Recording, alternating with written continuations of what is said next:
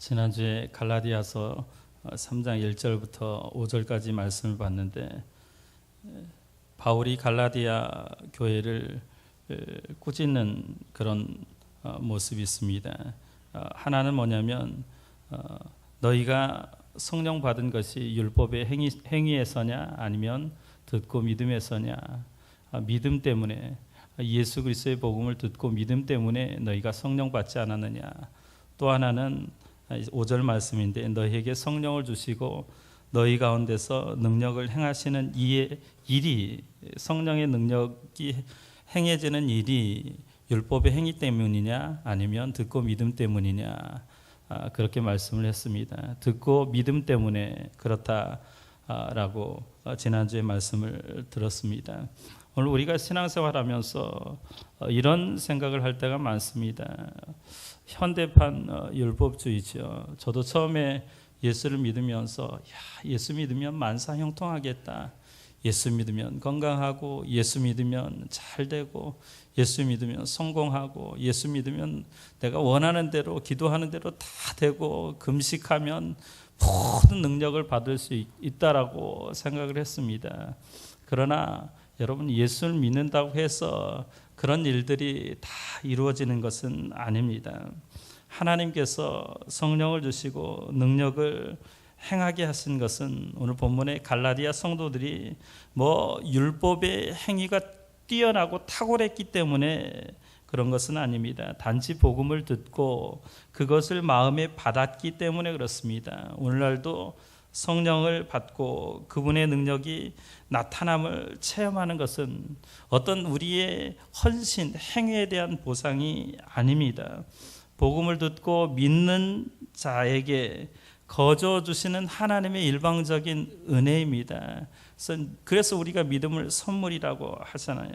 모든 사람의, 모든 성도의 삶은 그렇게 성령의 은혜로 시작을 합니다. 그런데 신앙생활 하다 보면 이제부터는 인간적인 노력을 통해서 성령을 체험하고 하나님의 능력을 체험하겠다라는 그런 태도를 취하게 됩니다. 그렇게 되면 우리도 똑같이 바울 사도가 갈라디아 교회를 꾸짖는 것처럼 그런 어리석은 자라는 칭함을 받을 수 있습니다. 갈라디아인들은 유대주의자들처럼 율법의 행위를 통해서 하나님께 의롭다 인정을 받는 아브라함의 자녀가 되고자 했습니다. 하지만 정작 유대인들의 조상이었던 아브라함은 율법의 행위가 아닌 믿음으로 의롭다함을 받았습니다. 그것이 오늘 우리가 읽은 6절 말씀입니다. 아브라함이 하나님을 믿음에 그것을 그에게 의로 정하셨다 함과 같으니라. 이 말씀은 창세기 15장 6절의 말씀을 인용한 겁니다. 아브라함이 하나님을 믿음에 이것을 그에게 의로 정하셨다 함과 같으니라. 이 의로 정하셨다라는 것은 이 의에 대해서, righteousness에 대해서 흔히 칭의라고 하는데, 이것을 법정적인 용어로 사용하기도 하지만 때로는 이것을 관계적인 의미로 사용하기도 합니다. 하나님께서 이제 아브라함이 하나님과의 바른 관계에 있다고 선언하신 것입니다. 그리고 이제 하나님 나라를 상속할 하나님의 자녀됨을 인정하셨다는 의미입니다. 그것은 오늘 아침에 목사님 말씀하셨듯이 모세가 율법을 받기 전에 430년 전에, 심지어 할례를 행하기 전에 이미 이루어진 일입니다. 창세기 17장 14절에 기록합니다. 그러므로 모든 믿는 자들의 모형인 아브라함처럼 믿음으로 말미암는 자들만이 아브라함의 자손입니다. 아브라함에게서 태어난 아들들은 많이 있었습니다. 하갈에게서 태어난 이스마엘도 있었고요. 또 다른 후처들에게 태어난 아들들도 있었습니다. 하지만 하나님께서는 오직 믿음으로 말미암은 이삭만 아브라함의 아들로, 그분의 백성으로 인정하셨습니다. 오직 믿음이라는 원리는 아브라함의 혈통인 유대인들에게만 적용되지는 않습니다. 하나님께서는 이 아브라함의 혈통과는 무관한 이방인조차 믿음으로 말미암아 의로 정하시고 아브라함에게 복음을 전하시되 모든 이방이 너를 인하여 복을 받으리라. 이렇게 8절에 기록하고 있습니다. 그러므로 믿음으로 사는 사람은 믿음을 가진 아브라함과 함께 복을 받는다고 성경이 말씀합니다.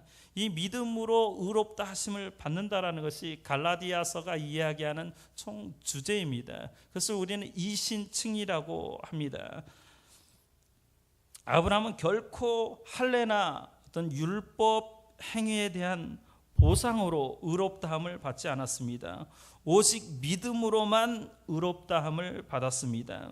혈통적으로 아브라함과 관련이 있든 없든 상관없이 그의 후세대들 역시 아브라함과 동일한 방식으로만 의롭다함을 받습니다.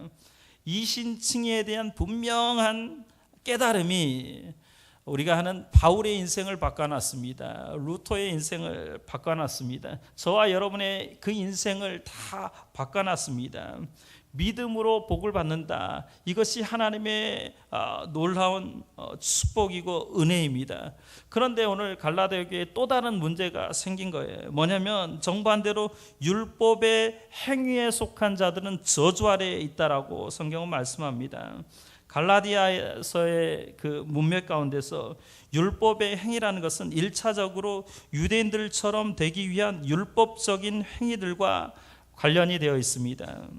궁극적으로는 아브라함을 시작하여 그 후손들에게 이르기까지 구속사의 문맥 가운데서 하나님께서 의롭다함을 받아보려는 모든 인간의 행위들을 다 포함합니다. 그러니까 율법의 행위에 속한 자들이라는 표현은 적어도 율법을 지키려고 그런 어떤 열정적인 사람들을 다 포함하는 겁니다.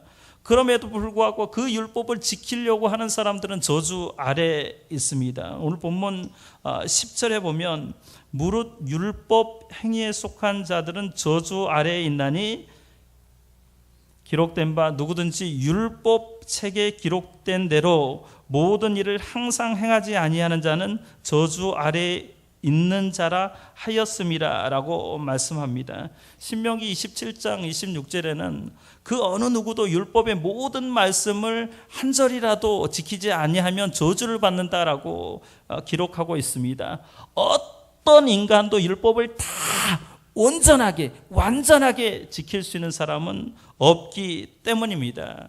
따라서 하나님 앞에서는 어느 누구도 율법으로 말미암아 의롭게 되지 못할 것이 분명합니다. 그래서 성경은 의인은 믿음으로 살리라라는 말씀을 오늘 본문에 기록합니다. 11절에 의인은 믿음으로 살리라.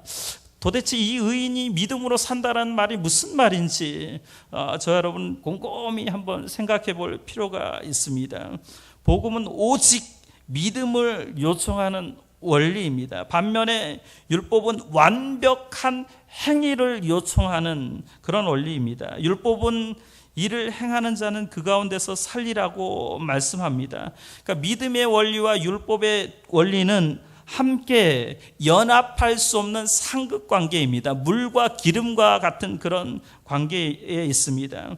그럼에도 불구하고 그리스도를 믿는 믿음의 행위를 덧붙여서 의로워져 보고자 하는 시도들을 사람들이 많이 하고 있습니다. 그것을 바울은 어리석은 일이다, 어리석은 짓이다, 바보 같은 일이다 라고 말씀합니다. 그러므로 우리는 이것을 선택해야 됩니다. 우리 삶 가운데 오직 믿음의 원리로 살 것인지 아니면 항상 모든 율법을 완전하게 지키려는 그 율법의 행위의 원리 가운데 살든지 둘 중에 하나를 매일의 삶 가운데서 선택해야만 합니다. 율법은 우리에게 이것을 요구합니다. 이것을 하고 저것을 행하라 라고 지시합니다. 하지만 복음은 그리스도께서 모든 일을 하셨다라고 선포합니다. 율법이 우리에게 자꾸만 어떤 죄를 깨닫게 하고요, 죄를 어떤 가르쳐주는 그런 일들을 합니다. 우리의 행위로는 율법의 모든 지시를 완벽하게 해낼 수 없습니다. 결국 율법의 원리를 선택하는 사람은 저주를 선택하는 것과 같습니다. 예를 들자면 노력으로 하나님의 복을 받으려는 사람은 저주받으려고 노력하는 것과 똑같습니다. 행위로 하나님께 인정을 받으려는 사람은 저주받으려고 작정하는 사람과 똑같습니다. 업적으로 하나님께 칭찬받아보려는 사람은 멍청한 사람입니다. 의롭게 되기 위한 어떤 프로그램을 고안하는 사람은 저주받으려고 애쓰는 사람입니다. 그러므로 우리가 저주를 피하는 유일한 길은 우리의 행위가 아닌 우리를 위하여 그리스도께서 행하신 그 행위를 믿고 따르고 의지하는 겁니다. 그것이 오늘 십자가입니다. 그리스도께서 우리를 위하여 무엇을 행하였습니까? 오늘 13절 말씀 보면 그리스도께서 우리를 위하여 저주를 받은 바 되사 율법의 저주에서 우리를 속량하셨으니 이렇게 말씀합니다. 신명기 21장 23절을 보면 나무에 달린 자는 하나님께 저주를 받았습니다 라고 기록합니다. 그리스도께서는 율법의 행위에 있어서 아무런 흠도 없는 완전하시고 온전하신 분입니다. 그런데 그분께서 왜 나무에 달리셨습니까? 왜 그분께서 저주 아래 계셨습니까? 그분은 우리를 위하여 친히 저주를 받으셨습니다. 율법의 저주에서 우리를 속량하시기 위해 십자가에 달리셨습니다. 대신 율법의 저주를 받으심으로 율법의 저주 아래서 그 율법의 저주 아래서 종노릇하는 저와 여러분을 해방시켜 주신 줄 믿습니다. 저와 여러분을 완전히 자유케 해준 줄 믿습니다. 그럼에도 불구하고 다시 우리가 율법의 행위 가운데 나갈 수 없는 겁니다. 그래서 오늘 본문에는 그리스도께서 이와 같이 십자가를 통하여서 저주받으신 결과로 두 가지 명백한 사건이 발생했는데, 하나는 뭐냐면 그리스도 예수 안에서 아브라함의 복이 이방인에 미치게 한 겁니다. 아브라함의 그 믿음이 예수 그리스도께로, 그리고 우리가 예수 그리스도를 믿음으로 우리도 하나님 앞에 자유한 하나님의 백성이 된 줄로 믿습니다. 둘째는 믿음으로 말미암아 성령의 약속을 받게 되는 겁니다. 사실은 우리가 의인은 믿음으로 살리라는 말씀은 약속을 받은 겁니다.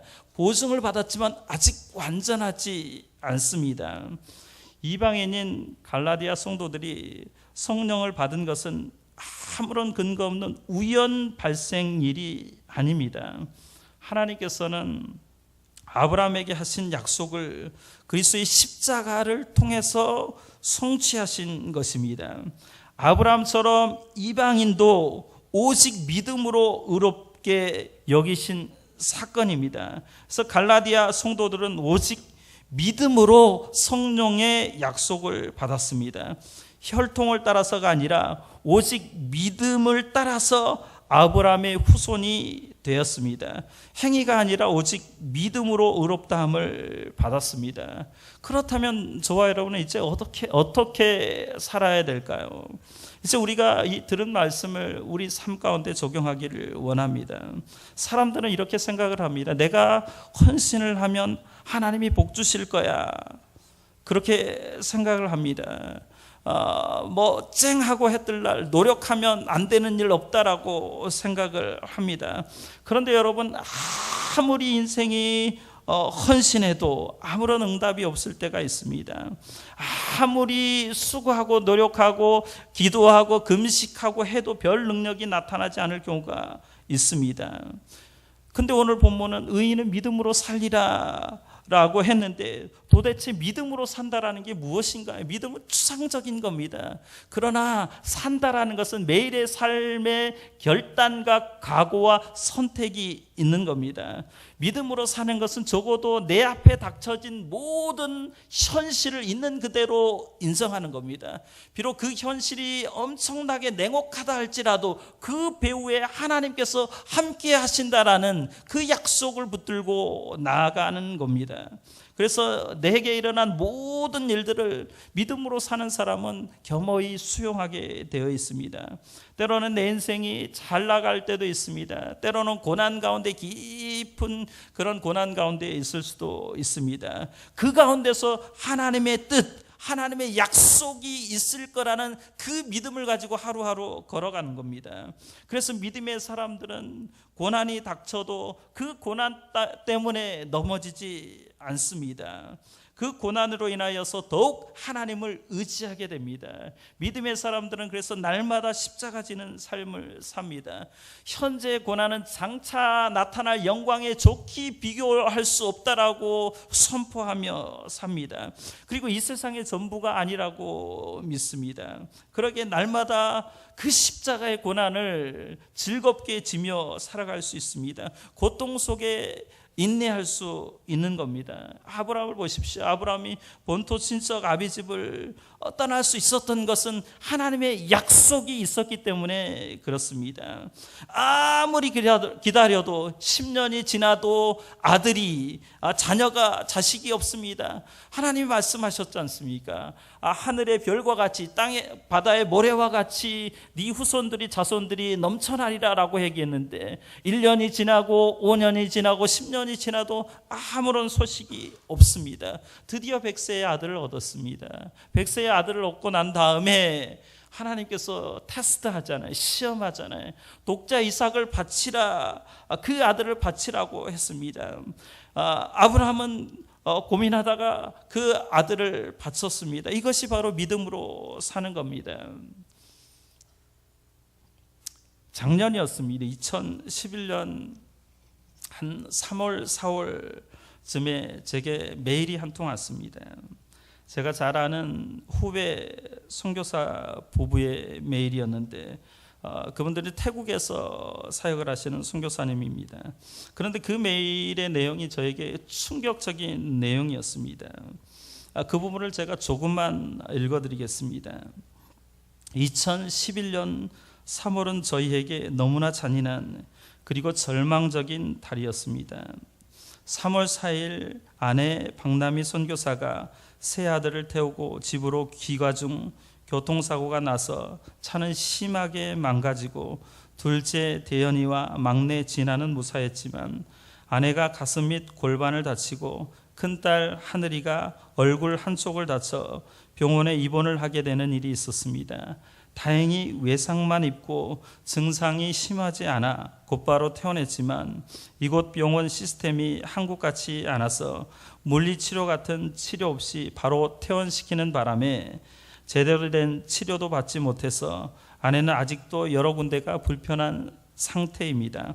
그리고 바로 한 주 후 3월 14일 월요일 한국에서 저희를 협력하던 교회에서 담임 목사님을 비롯하여 단기 선교팀 10분이 저희 사역지를 방문했습니다.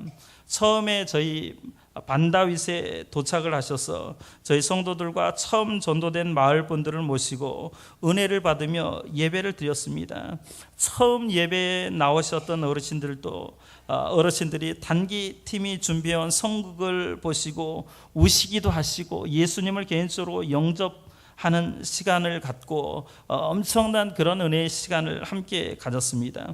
그리고 저녁에는 치앙라이 시내에 위치한 신학교에 가서 부흥회를 했는데 이때도 한국 단기팀들과 저희 그리고 태국, 중국, 미얀마, 소수 부족 등 각각의 신학생들이 하나가 되어 태국 부흥을 위해서 울며 기도하며 함께 기뻐했습니다. 이 또한 이처럼 큰 은혜일 수 없었습니다. 집회를 마치고 숙소인 반다윗으로 돌아오는 길 서로들 감격하며 내일 일정도 열심히 전도하고 기도하자 다짐하며 차를 타고 오는데 비가 비슬비슬 내리기 시작했습니다. 한참을 가다가 저희 전도사와 단기팀 중 7분을 태우고 가던 봉고차가 갑자기 빗길에 미끄러지더니 운전사가 핸들을 급하게 트는 바람에 도로 가로등을 들이받고 차가 뒤집혀졌습니다. 승용차로 뒤따라가던 저와 담임 목사님 그리고 집사님 두 분은 산길 한가운데서 당한 이 사고에 정말 절망할 수밖에 없었습니다. 자매 한 명은 어디로 갔는지 보이지도 않고 대답도 없고 여집사님 한 분은 혼수 상태로 차 유리창에 끼어 계셨는데 들이받던 전신주에 전기가 흘러 응급차가 올 때까지 손을 댈 수가 없었습니다. 그 사고로 3분의 생명이 하늘로 먼저 가셨습니다. 그리고 나머지 4분도 중상이어서 병원으로 이송한 후 치료를 받아야만 했습니다. 저는 하나님께 계속해서 외쳤습니다. 아버지 가야 한다면 제가 갔어야지 왜 하필 저들입니까? 아버지의 뜻이 어디 있는지요? 정말 절망 그 자체였습니다. 단기 팀을 끌고 오셨던 담임 목사님은 저보다 더 절망적이고 힘드셨을 것이라고 생각을 합니다. 사고가 난 그날 밤 저희는 모두 안타까운 마음과 왜라는 질문을 서로 마음속으로 하나님께 묻고 있었습니다. 한 생명도 아닌 3명의 죽음을. 그리고 제가 너무 길어서 이제 생략을 합니다. 그런데 이번 사고를 통해서 아버지께 이렇게 고백을 했습니다.